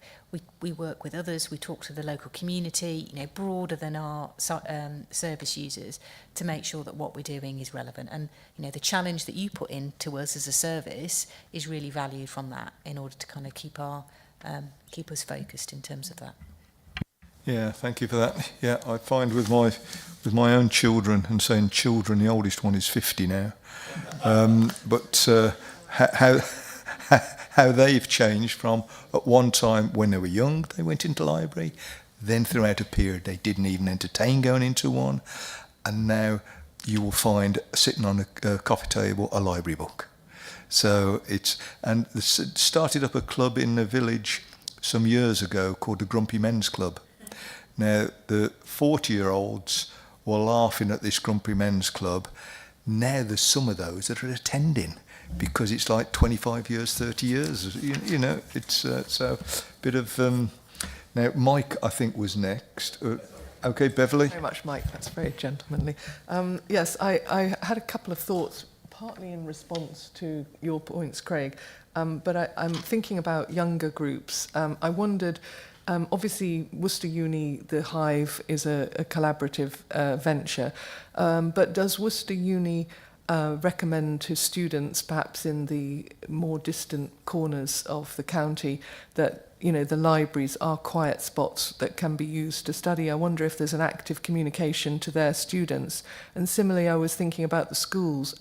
If you can get somebody into a library early to see that there is that opportunity for space to study when they're at school, then it's a habit that you're starting. And are we working with the schools, I wonder, I don't know, to get all of their pupils in to the libraries? And the real question I've been waiting to ask for a little while was, it's very good to see all the groups in Para 7C that are using the libraries as community partners. Do you have to book that space? And my second question is, in terms of the breakdown of libraries unlocked use, is it possible to get the Malvern breakdown? Thank you. Just to school children first. We absolutely, school visits are a key part of our offer. On our website, earlier this year, we articulated what we're calling our learning outside the classroom offer. Because so much of what we do, whilst it is very much not in the classroom learning, it very much aligns to national curriculum objectives. So we've kind of articulated that, absolutely clarified that. So we've got the information there both for teachers and for parents and for any kids who happen to be interested. And we have, I don't know whether Dave has this in his head, but we have a huge number of school visits across the whole library network. So we absolutely have that relationship. Schools come to us, but we also go out to schools to encourage them to take part in the Summer Reading Challenge, for example. So we've got a very strong relationship there. And on the strength of that, we are hosting our first, in February of next year, we're hoping to host our first Power of Libraries conference, which is pitched at the education sector. The first one is for primary school teachers, it's not for children, to really hammer home the value that of public libraries and the services that the wide range of services that we offer to the whole school literacy agenda. So we've just started to advertise that. The last time I heard, we'd got sort of 5 or 6 teachers had signed up to that. But we will progress to do those, assuming it's a success, and I'm going to be optimistic. We will do the same for the high school sector, the secondary sector as well, and for early year settings. I'm so sorry, I've forgotten the other questions. Yeah, the fact that we promote the Study Happy offer, for example, across all of our libraries now, is kind of opening up a lot of the university services to students in far-flung corners of the county, and they absolutely can access university Ask a Librarian staff. But we promote this stuff quite heavily, and we promote the value of the space that's available to study in, as well as the sessions that are run with what they call pat dogs, and just the fact that there are games there for them to play with and to relax, etc. So I absolutely take on board that we could perhaps do more with that, to use the university to do that. So, but we haven't. But we've made a start. Sorry, the other question. Thank you for that. Some years ago I helped a young man quantum physics and string theory, and the books that he got from the library, he's now not Mr. Babington, he's Dr. Babington, and soon will be Professor Babington. So it's the universities do direct their students there, and the availability of books that some people can't afford can be obtained, which is great. Mike. That's a brilliant segue to the point I was going to make, because I have a personal debt of gratitude to the libraries, because when I was learning to code, it was expensive coding books that I would borrow from the library that would help me understand coding. And it kind of, the point I wanted to make off the back of that is about the offer relevancy, because although the books were there, great, the computer facilities in the library weren't so great. So you didn't have anywhere where you could then apply that learning. And today, as we look at the library's IT systems, and I'm afraid I'm not going to help you out with costs on this one, I'm afraid. It's because I recognise there is an increase, a challenge around costs around this. We talk about young people and the desperate need to get more young people in, but with respect, they're not coming into the library to use the computers to surf the internet and open Microsoft Word and work on their CV, which is really what those machines are built for. If we're going to get into the specifics around how we're going to bring young people into the library, the kind of things they want to do now is 3D artwork, it's music production, off the back of, as you say, about the event at Worcester, it's AI, it's stuff that's expensive, resource demanding stuff. And then a second to that point as well is about librarians, because great that libraries unlocked is, and I'm very happy about that. I'm less happy about obviously the reduction in staff that goes with it, because as we've heard repeatedly here, librarians provide exceptional value for money. In what they do. We've already heard that they're becoming transport consultants as well as librarians as well. But also, in some libraries, they become tantamount to social workers as well, with some of the issues that they have to deal with. So, I'm sure the public would say we need fewer diversity officers, for instance, but more librarians. And it would always be an area where the public would say we need more librarians, and there are other things that we are spending a lot of money on, including ourselves internally as a council, that actually could be better spent on providing frontline librarian services, because if there's anybody worth investing in as a council, it's a librarian. Would be what I would say. But particularly, like I say, it's not helpful from a cost point of view. I appreciate that. But I do think it's worth emphasising those points, that you're going to have to invest in technology and people. Yes, they are the most expensive areas, but if you don't, you're not going to address those numbers that Craig quite rightly pointed to earlier. And just one small point in response to that is that there is now funding for libraries is administered through the Arts Council, and they are positively encouraging library services to bid for funding. And obviously the whole sort of like digital literacy, but also digital creative, as it's called, looking at the other sort of stuff that you were referring to, is very much seen as priority on the national agenda for public libraries. So there are opportunities for us to bid for funding, and it hasn't happened this year, but it'll certainly come into our plan for next year to find a way of bidding for some of that creative digital funding, because it does make a difference, and it isn't something that we have a lot of at the moment. Thank you very much, and thank you for a very informative presentation, and thank you all for that. Karen, thank you for your time. I know it's sort of pinching your time a little bit, but do appreciate it.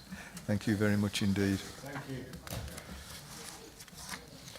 I would say libraries will be coming back in the future, and it may be something that we should actually go and do some site visits in our own location to get the information that we've been asking for today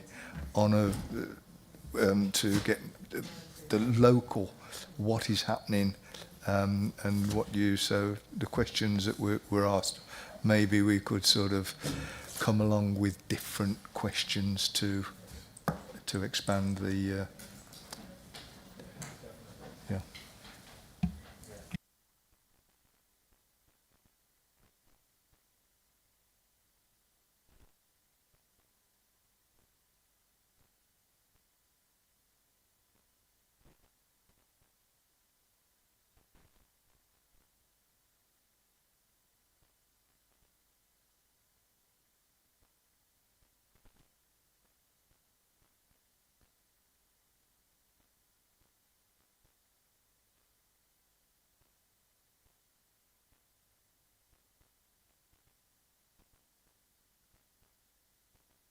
Okay, we're now going to look at the work programme, and you can see from the work programme, is there anything that you wish to add to that work programme?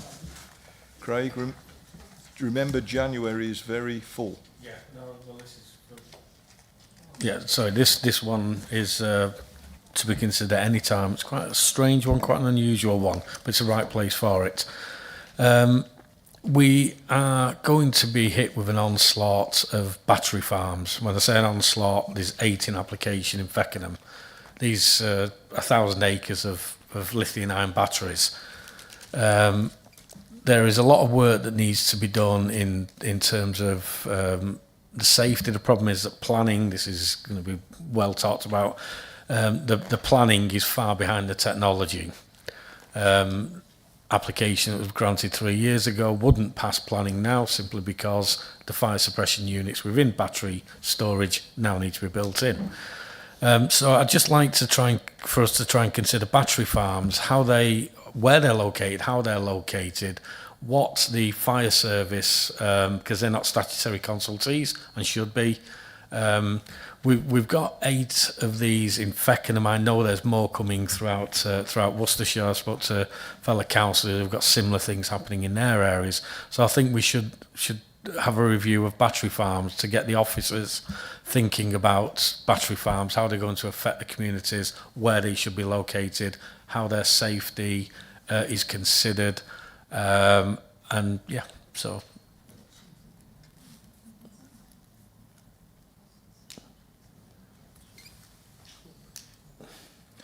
Okay, we can add it to the work programme as a possible suggestion, so we can do that, certainly.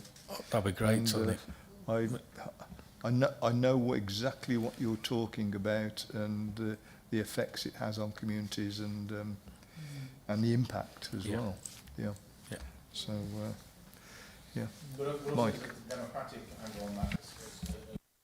There's also a democratic angle on that as well, isn't it? Because it's about how do we empower our communities to engage with the planning process most effectively, because actually that's not about influencing anything, that's about teaching people the tools to be able to... Because one of the things, for instance, that I've brought up recently is a supplementary planning document and how these can be created in order to guide planning decisions around things like battery farms. But again, the public awareness around it is virtually nil. So actually it's about education as well.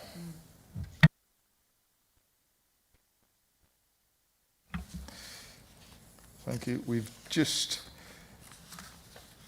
in communications and public awareness, which was on, which page was that on? That was policies. Yeah, possibly January we will be able to fringe on that question. So we will try and weave it in.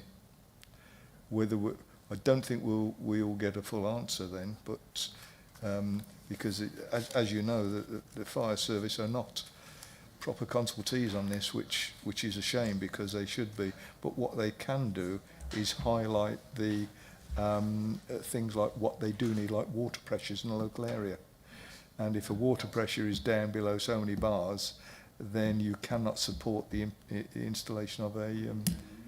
Where they're being built in fact, yeah. There isn't a water pressure, so it's got to be water stored. As it happens, just as an aside, myself and Councillor Clayton are meeting with a chief fire officer in the next 2 weeks to discuss exactly this. So we're having a separate meeting because he agrees it needs to be a statutory consultancy, but it's not there today. But they're saying that the guidelines need to involve a certain amount of water. You're talking about 8 size, this size, it's 8 Olympic swimming pool size of water needs to be on the site. That's what they're stating, because there's no water in the green belt in this particular area. Yeah, thank you. Yeah. Chair, do you think we could get this into March? Do you think it would be something, because I do actually agree, this is something which is really important, and it's an environmental disaster waiting to happen, and it'd be nice to actually be quite proactive. You reckon you can move this whole thing into January? We'll be able to approach a subject for January, but possibly a question for a report back. Okay. Yeah, so we'll try and do that.